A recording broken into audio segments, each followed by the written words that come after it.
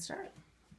For the record, the first thing I just want to say is the Well Company. I have a very good relationship with them. Okay. Awesome company. Okay. Jeff Capo is the manager of Kentucky Well. So Good. that's Okay. a great company. So if I ever need help, I trust to call him. Oh, yes. Okay.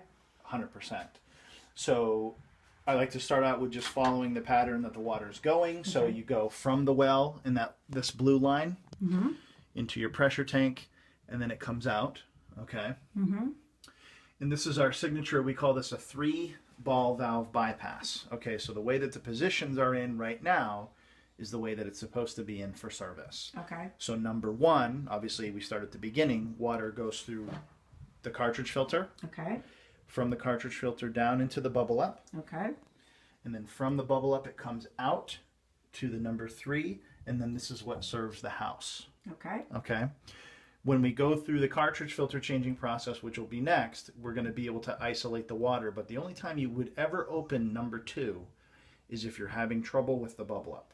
Okay. Okay, so the way you could isolate it is you just close this. So when you make the ball valves perpendicular with the plumbing, that means it's off. And then you can open this, and you're going to get water. It'll have radon in it. Yeah. But you're going to get water, so you can do stuff until somebody can get out here. Okay. Okay. And I might have you back up so that I can move out of your way. Okay. And we'll go through the cartridge filter changing process. Do you have any household bleach?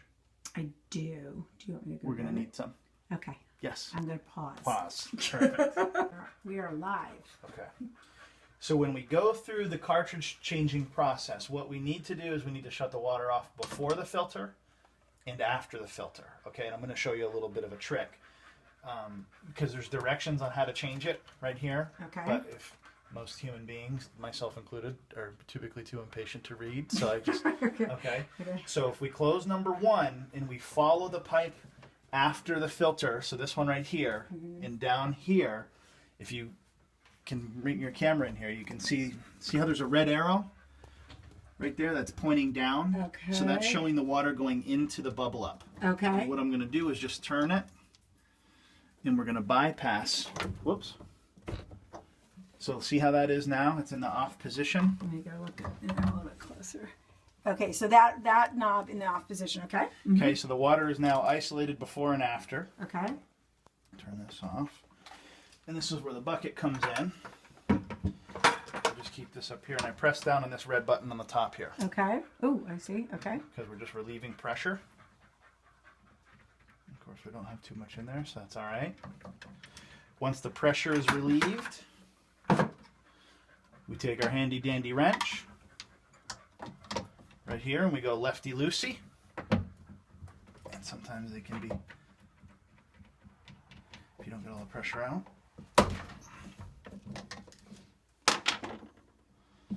So once we get it to loosen, we don't need the wrench anymore, but there's going to be some water that's going to fall out here. And I'll try to be neat. Don't worry about the concrete. That's not a huge issue. Okay. Dump it out. I forgot to take the spare out of the bucket, but I got a spare for you. So in here, see there's an O-ring here. Uh-huh. You have to remember this O-ring because sometimes when you go to dump this upside down, the O-ring will fall out. And they put a little bit of silicone in there to help seal it, so that's fine to use that. But as the years go by, you'll need to replace that O-ring. Okay. Okay? So what we do, because we opened everything up to the atmosphere, and who knows what is on your hands when you go to change a cartridge filter. So you put your filter in, and then this is where the bleach comes in.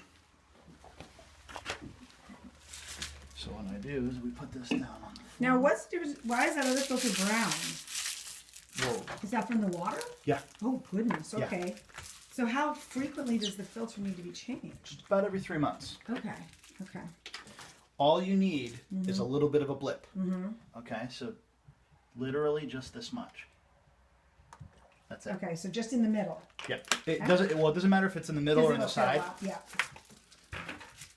And that amount is not harmful to the septic whatsoever. Okay. So when you go to put this back on, you can see a little bit of a nozzle right there that fits on the inside of that filter. Yep. Okay. So we just try to guide that, and then we spin it on. So the key when you put it back on is we go hand tight. Okay. Okay. So once we're hand tight, we take our wrench and we do a quarter turn. Okay. And that's it. Okay. Now what we need to do is turn the water back on. And you want to do this slowly. Okay, so what about that water over there? We'll do that last. I see, okay. So water goes in by opening this valve, and we're doing it slow because we're going to check for leaks. So that red valve over there, that's just into the machine. That's correct. Okay.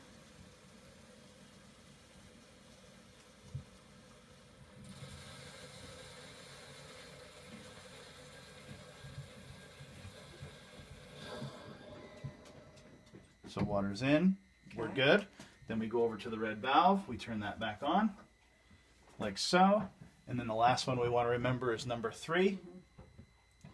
We open that and we just change the cartridge filter. Okay, so and 2 just stays in 2. The only time you use 2 is if there's something wrong with the bubble up and you want to bypass completely. Otherwise, don't touch it. That's correct. Okay. So you already know how this sounds when the blower's running, okay? What you want to pay attention to is if it's running for an obscene amount of time, and that's half hour or more, and nobody's using water, that means it's calling for it and something's going on. So to me, that's the first indicator. Change a cartridge filter. Because it's plugged, Because it's basically. plugged. Okay. Okay. So first thing to do would just be to repeat the process that we just did. Okay. Turn the water off, unplug it right here because you don't want this running while you're trying to change a filter. Unplug it, turn the water off, change your cartridge filter, plug it back in. Okay.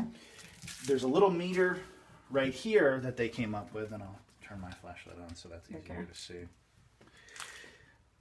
This is really, it doesn't really serve a functioning purpose Okay. other than to help service people determine if there's an issue. Okay. So what it does right here is it tells you flow, so how much water is passing through it at a given time, how much has since it was installed, and how much are you using Okay. in your peak. Okay. So after you use about 90,000 gallons of water, they've programmed that control for it to alarm, Okay.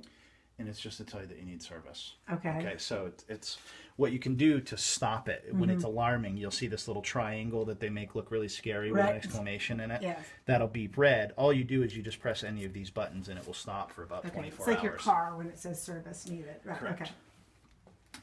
Another thing that we've done is we put overflow protection on this so that if for whatever reason a seal broke and we don't want it to flood.